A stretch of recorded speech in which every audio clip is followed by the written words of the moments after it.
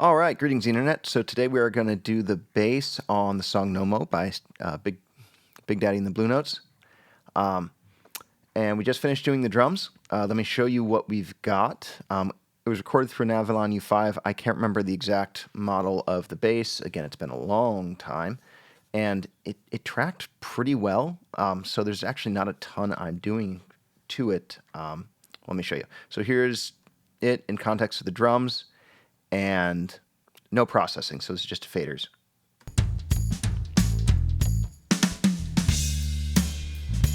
I'll boost it up a little bit.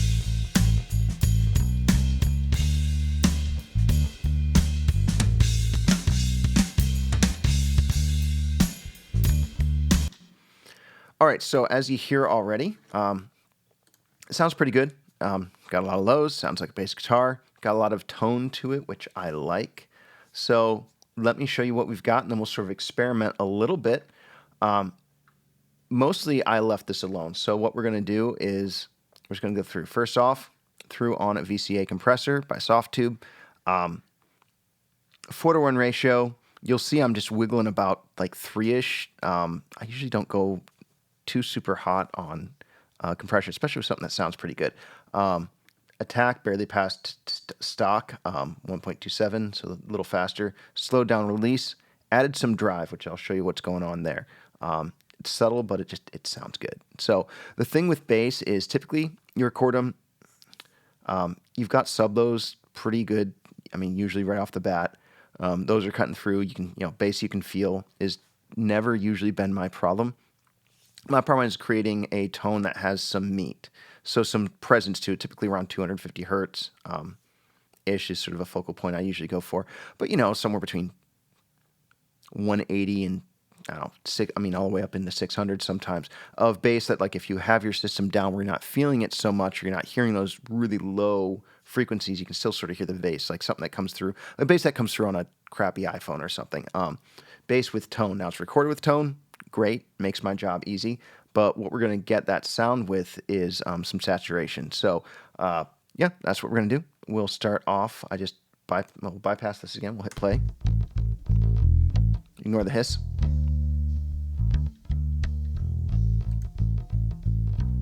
That's with the compression. Those are literally just taming dynamics. Sounds like I had some cross-talk in the recording a little bit.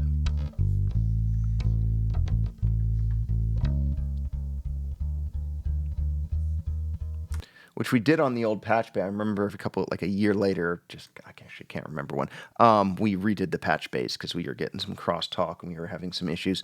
Anyway, let me show you this with, we'll play with this drive. So here's without.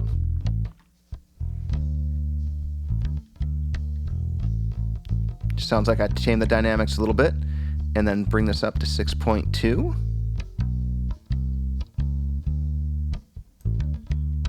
Just add some more beef to it, really. All right, after that, add this RCompressor. You can see 21 ratio, really, really fast attack. This was just to do some limiting to where he goes off the rails a little bit. I think there's like some string rattle or something in the song. Let me see what I'm doing.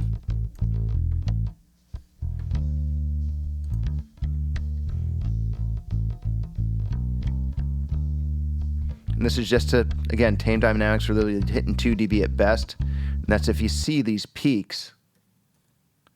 Like, this is just to really tame these a little bit.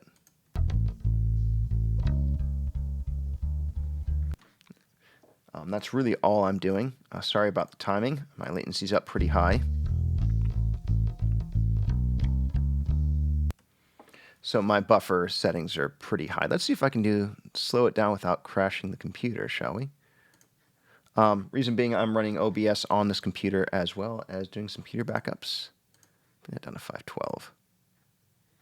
All right.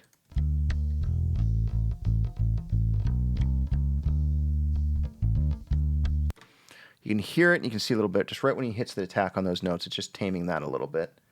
All right, next up on the list is the Saturation knob by Softube. This is a free plugin, or at least it was. It's been free for like over a year. It is a lot of fun. This is just to really add some saturation, hence the name, to this bass guitar. So let's do without. And width.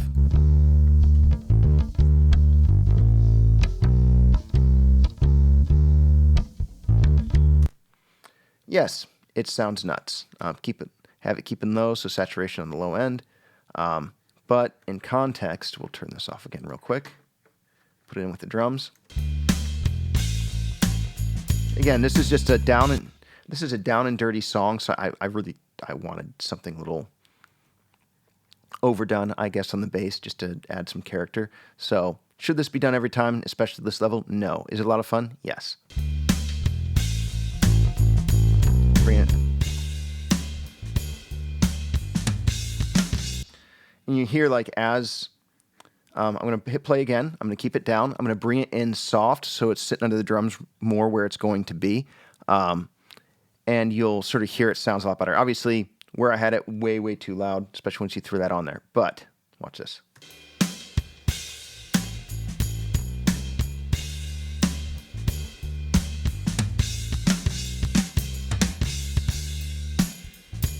Let's bring that down. Match the fader a little bit.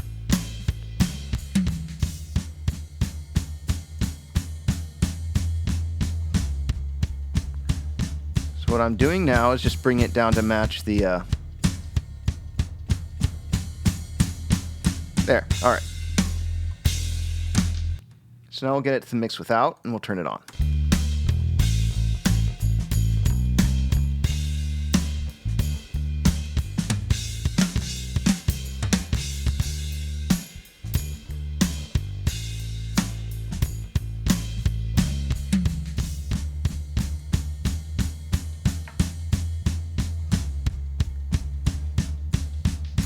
So yeah, just add some sort of overdriven saturation distortion to it, which I like.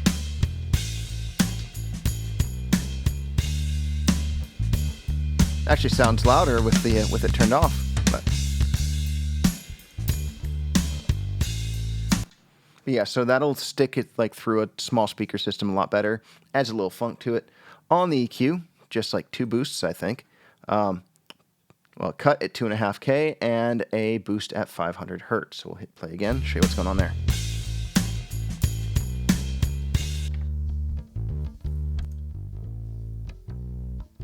Oh, that's where I dropped my gain down. So we'll reset this.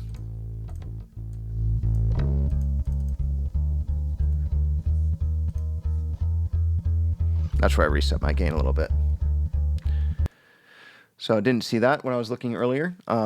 So you saw how I had a boost here when I cranked this up. Instead of doing it here on the output, I did it here on this output. Why? I don't remember. Just that's where I balanced out at the time. Here's without the EQ.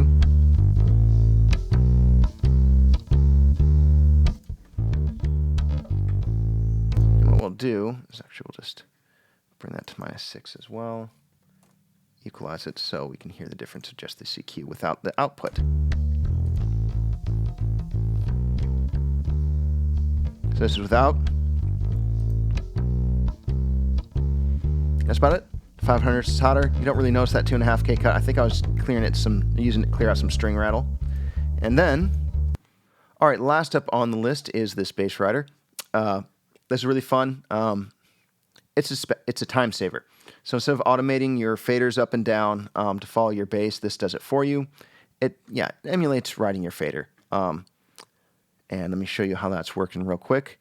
I think I showed you before. You set the target, or really how much you want to boost and how much you do want to cut, and just sort of move your target to roughly where your median's going. So the trick is to not have it boosting a lot, not have it cutting a lot, just to really tighten up the spots that are softer or louder. Here's without.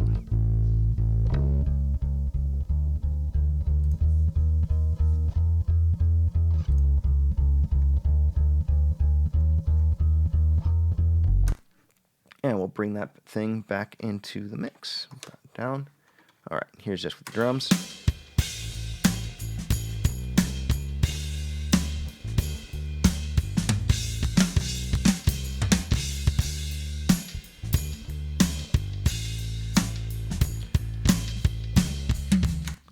That's it for now. Okay, let's move on with some experimenting. So I'm just going to move all these over. We're going to start from scratch without actually referencing this. So, and we'll use what we had to begin with. Maybe we'll do a different EQ. Anyway, let's start off with compression.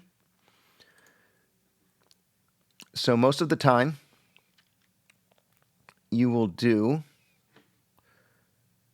well, most of the time you do EQ before compression, mainly being you're a lot of times getting rid of low-end frequencies that will be triggering the compressor before you actually need the compressor to be triggered, because those frequencies won't be there or won't be there in that amount of power anyway. So instead of turning a side chain filter to where it's going to exclude those, which you can do, I just do it after the EQ. In the case of a bass instrument where you're really focusing on the low end, perfectly fine to do the compressor first. All right, now let's hit play on this. This is stock, out of the box compressor for the VCA Softube. Great plugin. See, it's hot. Bring this up.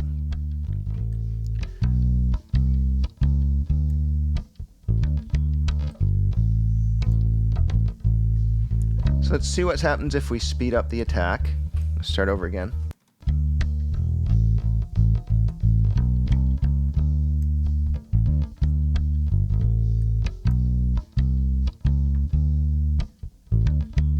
That is why I did that 2.5K cut in there, was to get rid of that string rattle.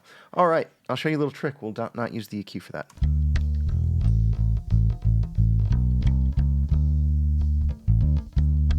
Just slowing down the release.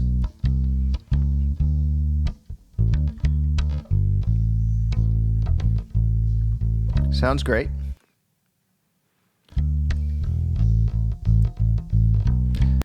So you'll see what you can do, and this is what I was talking about. See how I hit play here?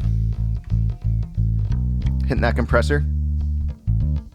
If I turn the side chain on, see how it's not hitting anymore? So what this side chain is doing, you can turn on external side chain, which means you're keying in from some other input to trigger that gain reduction. Or if you don't want your low end to be triggering your compressor, you can turn the side chain up until those low frequencies are not triggering that compressor. Very, very useful.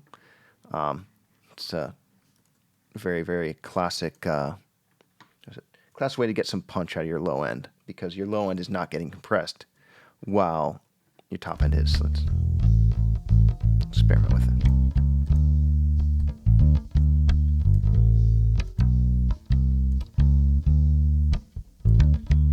Bring this up.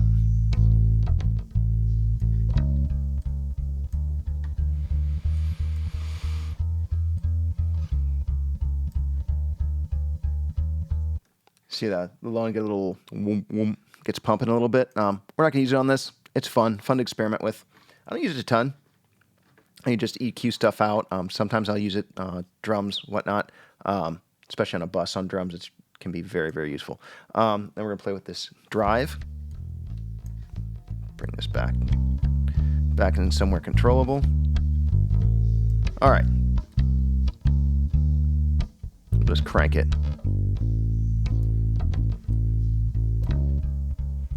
Maybe we'll try that without and not use that saturator, huh? It's really pumping. Maybe we'll do that instead. See how that sounds. All right, so what we are going to do now, we're going to skip that limiter. Let's have some fun with 550. So as you can hear, there's a lot of hiss. We're going to keep this shelf on. Go to 10K.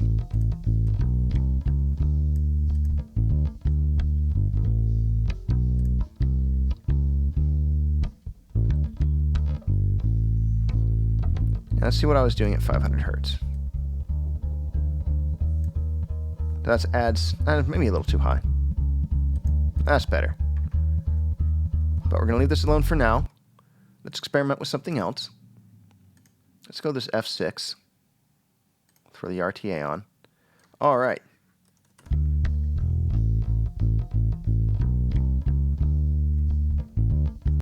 So first thing I'm going to do is try and get rid of some of the string rattle, which we'll use on this 4th band.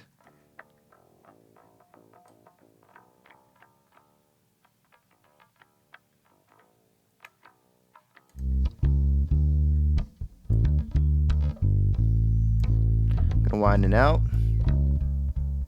Do this 5th band as well. Okay, now check this out. This is fun. Really speed that up, slow down the release. I may do it there.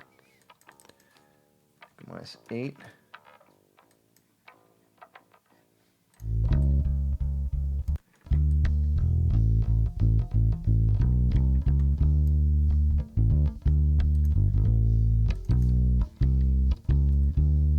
Do the same thing here. 1.9.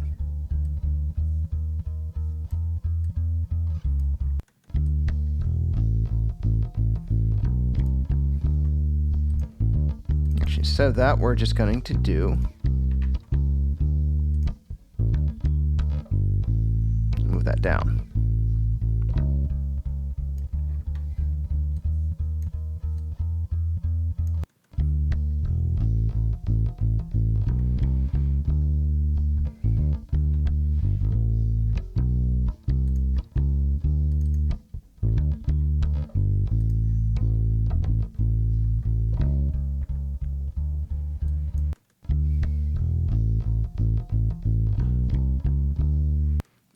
All right, and we'll take a listen without. This is just to get rid of that string rattle. So this might be a separate little video in and of itself.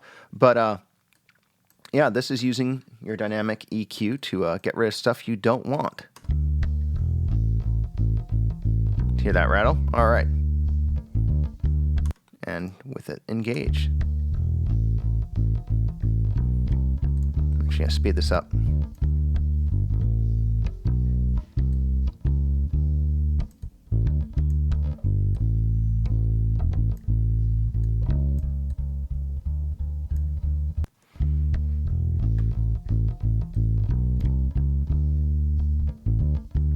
Right now I'm playing with the release. So I'm playing with the release on this so that it gets rid of, you hear it engage and then you hear the tail of that slap come back because I have the release too slow. So that's what I'm playing with right now, but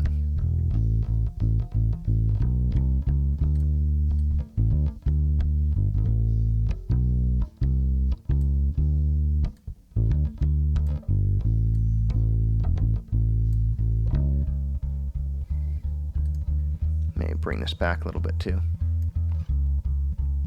All right, so here's without. Here's with.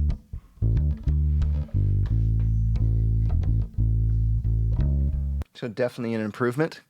And let's see here. There's a little push-pull experiment you can do.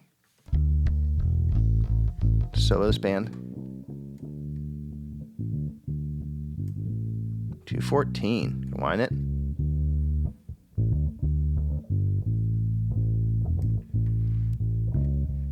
There's that meat section that I like to stick out on like a phone. Let's play with this. Watch this. We're gonna boost this up. But we're also going to cut it.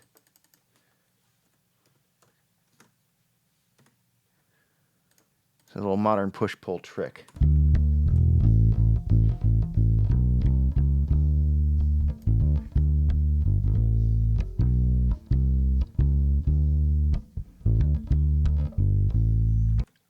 So what this is doing is boosting those low mid frequencies until it hits a certain volume point where it actually then begins to cut it back down. What it's doing is all those lower bass note frequencies that are being hit actually brings those up where it doesn't really change on the perceptible volume of those high when it gets a little louder. So basically it fills in that low end on softer notes. Here's without.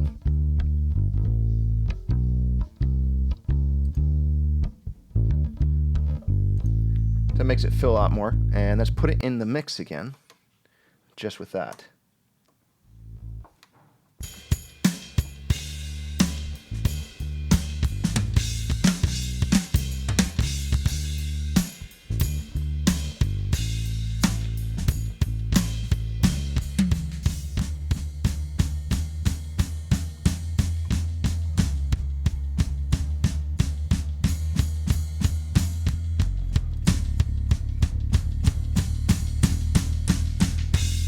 Pretty good. I think I'm going to throw some saturation on there, though. A harmonic. I've been playing with the dirty tape quite a bit lately, too, but we're not going to do that. Let's go back to the saturation. There we go. Okay. Just going to bring this in.